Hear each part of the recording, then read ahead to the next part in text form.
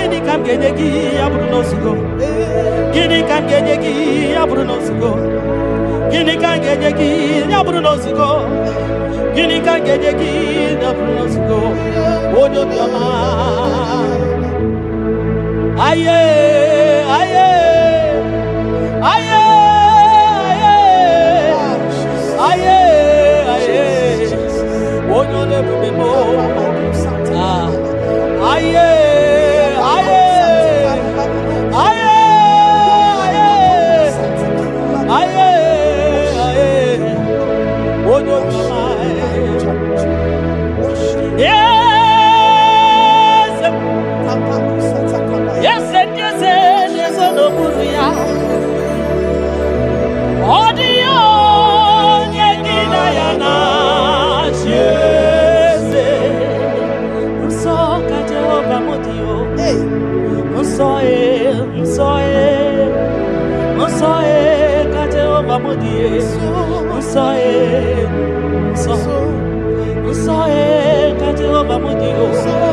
Onye na-emere ya aga n'ikpe nsọ ka Jehova mụ dị.